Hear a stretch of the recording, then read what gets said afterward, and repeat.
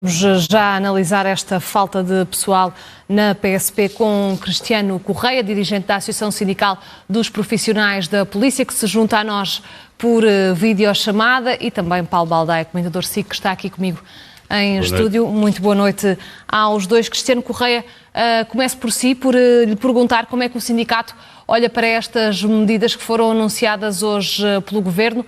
São suficientes? Antes de mais dizer que nós olhamos com preocupação para o atual panorama do estado da segurança interna e desde logo congratulamos-nos com o facto da discussão deste pilar tão importante da segurança interna estar na discussão política, mediática e pública, o que para nós é extremamente importante. Agora, há que fazer essa discussão com a realidade em concreto.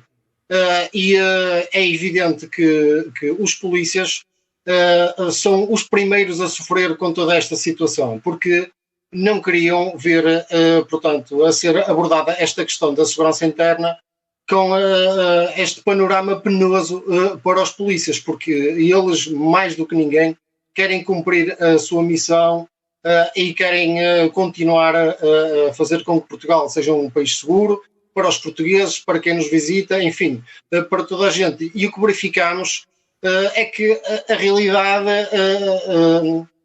diz-nos que há um envelhecimento galopante da própria instituição, há necessidade de rejuvenescer quadros, há necessidade de pensar a segurança, de organizar a segurança, que é uma questão que nós verificamos que não será uma realidade. Ou vemos, por outro lado, que há uma forma reativa de ver a segurança e não de olhar e de planear a segurança como deve ser. Por isso, esta situação... medidas que foram anunciadas hoje, por exemplo, a questão das esquadras móveis, acha que para si e para o sindicato fazem sentido? Não, repare, isto parece-nos mais um paliativo ou uma situação muito pontual que não vem resolver de fundo aquilo que interessa. Há que pensar exatamente no que se pretende a nível político das polícias e da segurança interna.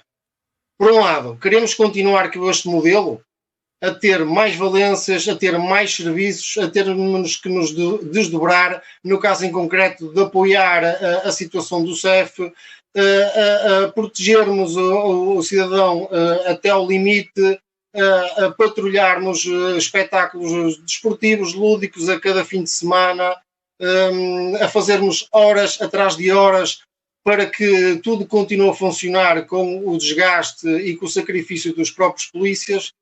É nisto que nós temos que pensar, porque a carreira não é atrativa. Historicamente, nos últimos dois concursos, não houve candidatos para preencher na totalidade das vagas, o que para nós é preocupante, e nós, dentro daquilo que tem sido o nosso trabalho, já alertamos desde grupos parlamentares que estão munidos agora de toda a informação relativamente aos problemas que assolam os polícias, também junto do seu Ministro da Administração Interna, que ficou de verificar a fundo aquilo que se passa com a segurança interna e com os polícias, mesmo a própria opinião pública e o cidadão verifica da pior forma o estado em que está a própria segurança. Os próprios turistas, quando nos visitam, e tivemos a oportunidade, numa iniciativa de sensibilização aos turistas que visitam o nosso país, de falar com alguns turistas, e alguns até se mostraram surpreendidos com a nossa iniciativa e, acima de tudo,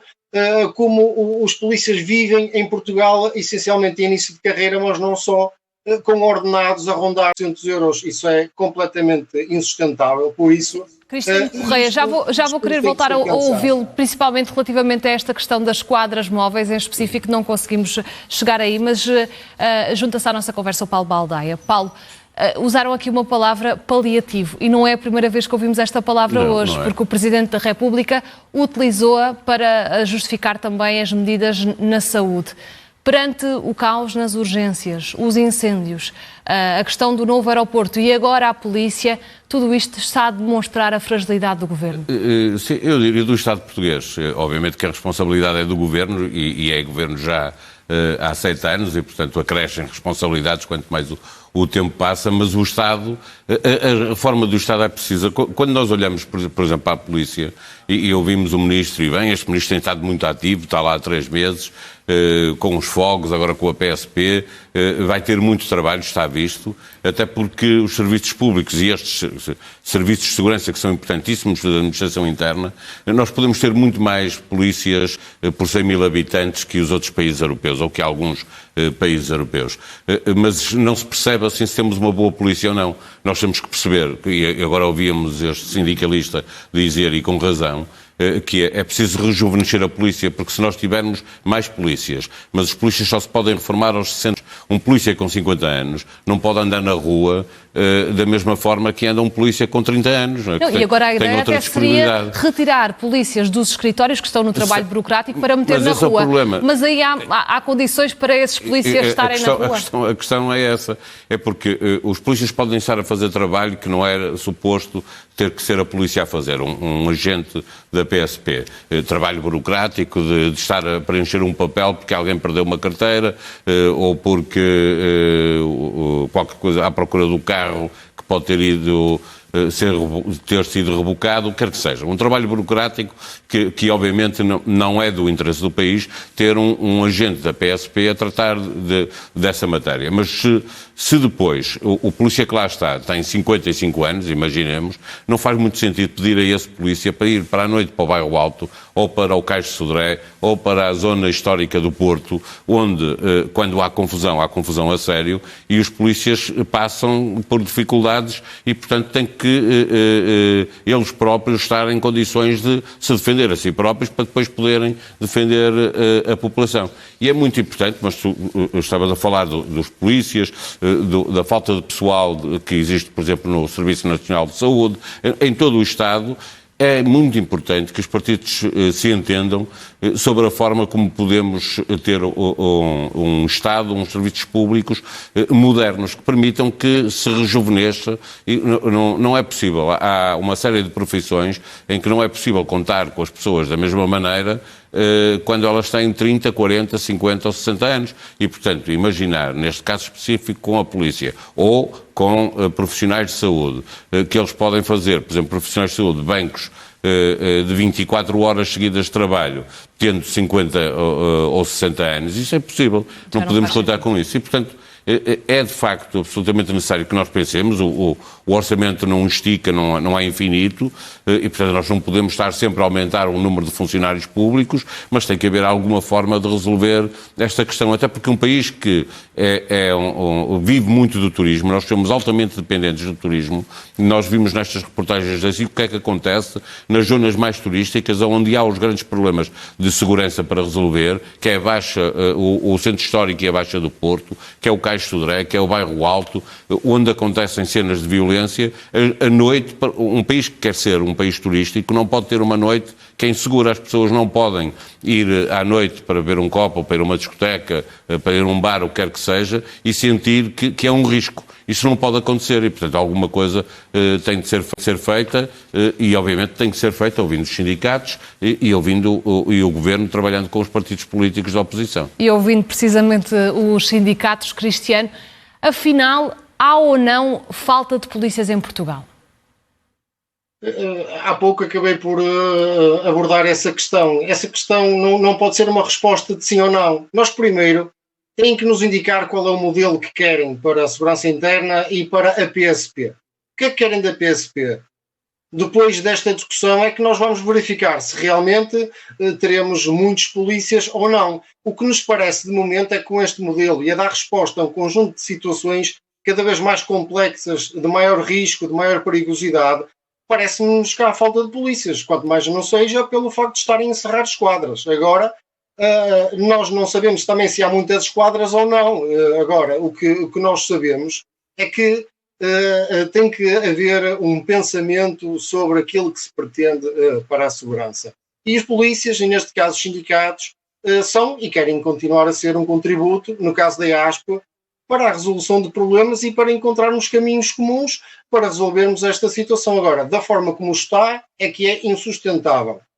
Temos que encontrar outras formas para que se pense a segurança e não a reboque de cada caso mediático que possa surgir, vir mais uma relote, ou mais uma noite segura, ou mais um novo programa, que só vai fazer com que os polícias que existem neste momento tenham que se desdobrar e colmatar esse novo projeto, porque os polícias que foram para os aeroportos e que depois foram para o CEF não eram novos polícias, foram polícias que saíram de esquadras que agora estão a encerrar. Ora, e há um conjunto de autarquias, e não só o Porto e Lisboa, que a segurança também tem que ser pensada. Nas regiões autónomas, a polícia abarca um conjunto de comandos, desde os grandes comandos metropolitanos, Porto e Lisboa, que agora muito bem estão a ser discutidos, mas há Bragança, há Santarém, há Faro. A polícia não pode ser pensada só casuisticamente e a cada situação mais mediática possa surgir. Agora, então, por exemplo, dando o exemplo de 3 coisas urgentes que têm de mudar para a polícia, o que é que diria? Não, repara, nós, quando olhamos para um concurso que não é preenchido, quando há alguns anos atrás concorriam 10, 15 mil jovens que queriam ingressar nesta profissão, ora, se isto não nos faz pensar, nós não sabemos o que é que mais nos fará pensar na questão da segurança interna.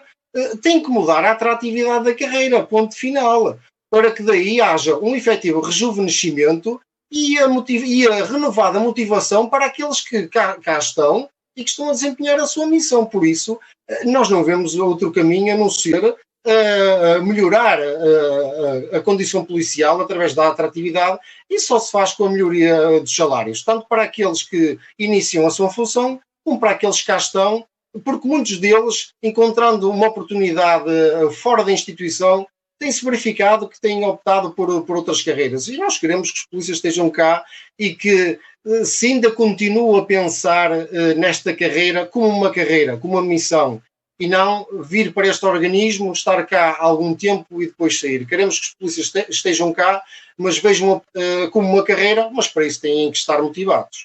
E não tem sido uma carreira atrativa, pelo menos é isso que dizem os sindicatos, Paulo? Não, a ganhar 800 e tal euros brutos por mês para início da carreira, obviamente que não é atrativo. Eu percebo que muitos jovens, até porque é uma profissão perigosa, nós não podemos, a polícia não está imune a ter problemas. Nós já vimos imagens de polícias a passar por situações muito complicadas. E essas imagens chegam aos jovens que um dia podem vir a querer ser polícias. Se depois, quando sai um concurso, o que oferecem a um polícia é 800 e tal euros para início de carreira, é muito complicado, obviamente, que exista muita gente a querer ir para a polícia. Isso parece-me evidente, não é? E como vemos, há muitos setores a pedir essas tais reformas estruturais e não reformas e não medidas que resolvam as coisas assim casuísticas a e estes prazo. Paliativos, não é? Essa tem de ser uma prioridade do Governo a partir de agora. Uma maioria absoluta serve para isso, para se poder ir à procura de... Não se fazem sozinhas este tipo de reformas. E já não olhar para o Estado, a discuti-las? devíamos e vamos presumir que aquela conversa de 3 horas entre António Costa, Primeiro-Ministro, e Luís Montenegro, líder do principal partido da oposição, se durou tanto tempo que tenha durado, sendo que um é do Porto, outro do Benfica, que não tenha sido para discutir futebol, tenha sido para pensar o país e procurar os pontos de encontro onde os dois partidos podem estar para fazer as tais reformas que são absolutamente necessárias. Olhar, por exemplo, para a função do Estado, porque o problema nunca é o quanto pagamos de impostos, porque pagamos muito impostos. O problema é para que é que servem estes impostos. Nós vemos países nórdicos onde se paga mais impostos até do que em Portugal, mas depois ninguém se queixa porque os serviços públicos são de excelência. E, portanto, aqui nós o que temos que ser capazes é de fazer o mesmo. Se gastamos muito dinheiro com a administração pública, ela tem que ser eficaz. É isso que se pede. E, portanto, o poder político, seja quem está agora no governo, quem esteve e vai voltar a estar, porque o poder vai alternando, que sejam capazes de se entender para resolver este tipo de problemas. Obviamente, dando condições para que as carreiras sejam atrativas e para que os melhores possam ir trabalhar para o Estado, e não é apenas os polícias ou os profissionais de saúde, sejam enfermeiros, médicos, auxiliares, o que quer que seja quando estão nos hospitais, é também os altos cargos, os técnicos especializados, que são essenciais para uma administração pública moderna e funcional e que também tem que ter carreiras atrativas. Os governos vão falando sobre isso, vão dizendo que as estão a melhorar, mas na prática é preciso que o que confirma se as carreiras são atrativas ou não é o número de pessoas que quer aceder a esse tipo de profissões. E o que nós vemos é que está muita coisa por fazer, porque em muitos setores cruciais da administração pública faltam pessoas jovens com capacidade e com competências para exercer essas funções. E enquanto não se fazem essas tais reformas estruturais tão esperadas por tantos setores, Cristiano, pergunto-lhe mais uma vez em relação a estas duas medidas que hoje o Governo anunciou. As esquadras móveis e também a transferência de valências de alguns polícias para outros serviços como os da Loja do Cidadão, por exemplo. Como é que o sindicato olha para estas medidas e explique-nos como é que acha que elas podem ser postas em prática? Nós não vemos que estas medidas possam ser a solução, porque repara, o que é feito da queixa eletrónica, o que é feito de um conjunto de situações relacionadas portanto, a não necessidade da deslocação dos cidadãos às esquadras, a questão de videoconferência, mesmo até na Justiça, também atualizada na Polícia, podem ser feitas algumas destas situações. Por isso, a queixa eletrónica não tenho grande conhecimento se realmente foi um instrumento bem empregue como solução. Por isso, é com alguma preocupação que vemos estas medidas, porque acho que elas são reativas mais para dar como alguma solução ao que se está a passar e não efetivamente como aquilo que está pensado para a segurança, que entendemos que é aquilo que falta pensamento, organização e planeamento na segurança interna, e parece-nos que isso são medidas pontuais e reativas e não resolvem de fundo a situação. E pedir ajuda à GNR, como por exemplo sugeriu o Presidente da Câmara de Lisboa? Repare, está definido em lei aquilo que são o que é a atuação da GNR da PSP, ainda que possam ter, portanto, missões idênticas. A questão territorial separa-nos, mas a questão da própria segurança interna está em discussão.